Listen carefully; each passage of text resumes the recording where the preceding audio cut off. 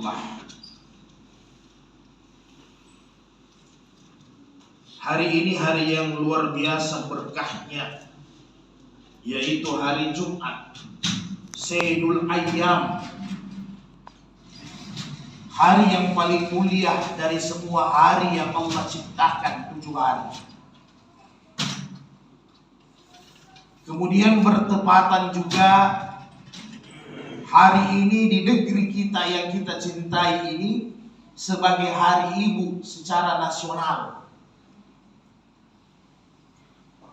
Bahkan diperingati sebelum kita merdeka, sebelum kita mendapatkan kemenangan dan kebebasan dari penjajah, kurang lebih 95 tahun yang lalu. Kenapa? Karena memang perannya wanita, khususnya ibu, luar biasa. Bahkan sebelum negara kita ini pun ada, agama kita Islam yang dibawa oleh baginda Rasulullah Sallallahu Alaihi Wasallam telah meletakkan kemuliaan wanita itu sendiri. Bukankah dalam hadis-hadis sahih Rasulullah bersabda dari Anas bin Malik bahwa al-jannatu tahta aqdamil ummahati, bahwa surga itu terdapat di telapak kakinya para wanita ibu-ibu. Kenapa? Ahli hadis menjelaskan bahwa baik buruknya seorang manusia, baik buruknya kita ini, bagaimana nanti kita ini akan datangnya generasi, tergantung bagaimana seorang ibu itu memelihara, mendidik dengan baik.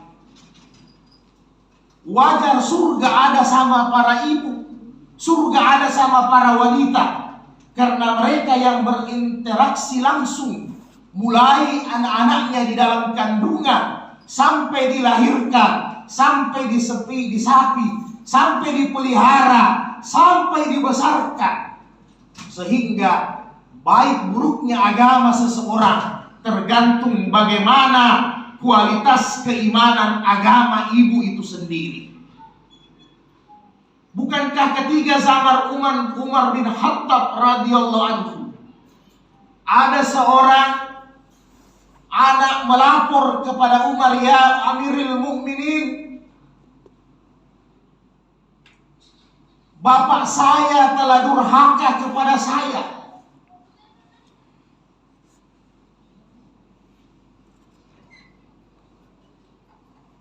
Kenapa bapaknya durhaka kepada ini anak?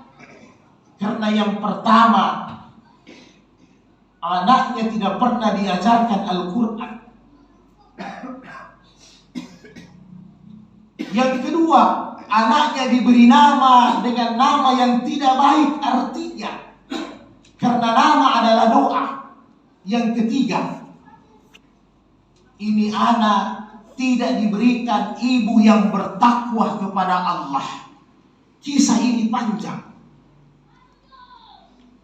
sehingga kata Umar bin Khattab, orang tua bisa durhaka kepada anak, tidak harus anak yang durhaka kepada orang tua. Apabila kita laki-laki, kita suami, tidak bisa memilihkan anak-anak kita dari ibu-ibu yang beriman, bertakwa kepada Allah dengan baik. Karena tergantung ibunya, begitulah nanti keimanan dan ketakwaan anaknya. Bahkan di zaman Rasulullah, ada seorang laki-laki datang kepada Rasulullah bertanya, "Man ahaqqun nasi bi husni sahabati?" Ya Rasulullah, siapa yang utama yang kami harus berbuat baik atasnya? Siapa yang paling utama yang saya harus berbakti atasnya? Kala Rasulullah, "Ummuka," ibumu. Summa qal, bahkan anak itu kembali bertanya, "Siapa lagi ya Rasul?" Kembali Rasul menjawab, "Ummuka," ibumu yang harus kau taati, yang harus kau berbakti, yang harus kau hormati. Tidak puas dengan itu, laki-laki ini kembali bertanya, summakal, ya Rasul, siapa lagi yang saya harus taat, berbakti, berbuat baik kepadanya? Ummuka, ibumu. Sampai 3 kali Nabi mengatakan demikian. Kemudian laki-laki ini bertanya dengan pertanyaan yang keempat kali, summakal, siapa lagi ya Rasul? Abuka. Baru Nabi mengatakan bapakmu. Kenapa demikian, saudaraku yang dimuliakan Allah? Allah menjawabnya sendiri di dalam Al-Quran. Wa wassaynal insana biwalidayhi hamalathu ummuhu wahnan ala wahnin wa fisaluhu fi amaini aniskurli wa liwalidayka ilayyal masyir. Kata Allah, bukankah ibumu itu yang sudah mengandung kamu selama 9 bulan lamanya? Prosesnya panjang, mulai daripada ibu kita mengidam, merasakan kelainan luar biasa. Kadang ibu kita tidak bisa makan, kadang ibu kita tidak bisa kena sinaran matahari. Kenapa? Karena ada kita janin di dalam kandungannya. Dibawa dari hari ke hari, yang ada di dalam kandungan ini makin berat. Bayangkan kalau kita laki-laki diletakkan, diikat di perut kita 1 biji kelapa saja. Selama 9 bulan lamanya, bagaimana perasaan kita? Dibawa makan, dibawa tidur, dibawa berjalan, dibawa masuk WC. Selama 9 bulan, itu luar biasa. Jadi Allah ciptakan kesabaran, diberikan kepada seorang wanita itu jauh lebih besar dibandingkan kepada seorang laki-laki. Tidak cukup sampai di situ, yang pertama mengandung. Yang kedua, setelah 9 bulan 10 hari, kemudian kita dilahirkan. Ibu kita lah yang melahirkan. Proses melahirkan ini luar biasa, bapak-bapak sekalian.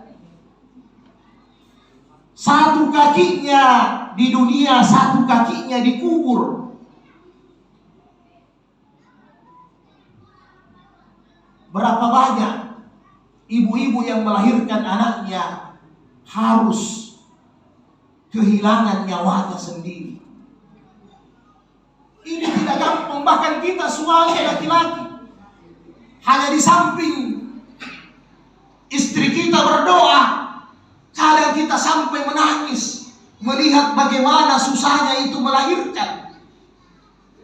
Bahkan ada yang sampai harus dioperasi berhari-hari. Susahnya luar biasa. Tidak hanya sampai di sini saja. Itu yang kedua. Yang ketiga, dia susui kita. Fi amaini, kurang lebih 2 tahun lamanya. Sampai 2 tahun setengah. Kita diberikan minuman yang luar biasa. Bayangkan saudara, belum lagi sampai besar, kita dipelihara, dididik oleh ibu kita, saudaraku yang berbahagia. Maka wajarlah seorang ibu 3 kali lipat dimuliakan oleh agama dibandingkan seorang bapak. Karena luar biasa kita laki-laki, suami cukup mencari nafkah yang halal, memberikan nafkah kepada ibu hamil, memberikan nafkah kepada ibu yang melahirkan, mencari nafkah untuk kita, untuk istri dan anak-anaknya. Sebatas itu. Saudara sekalian yang dimuliakan Allah Subhanahu wa taala, maka beruntunglah kita yang masih mempunyai ibu di rumah.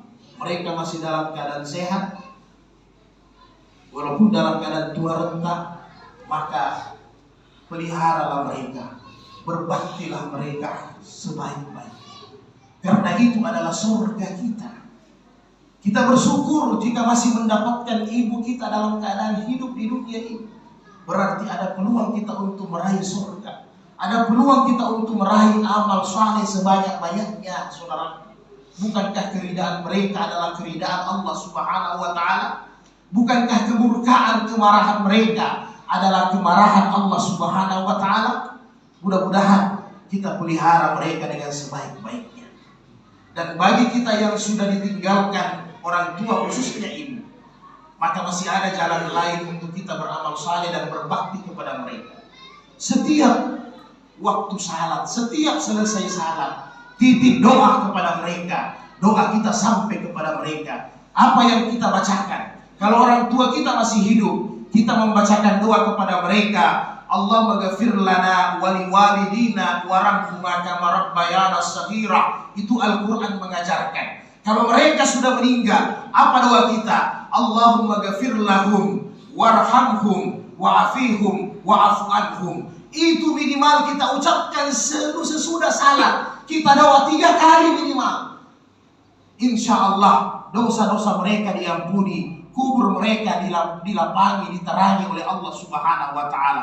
Jangan sampai lupa, saudaraku yang berbahagia. Pertanyaannya kemudian, bagaimana kalau anaknya itu tidak sembahyang?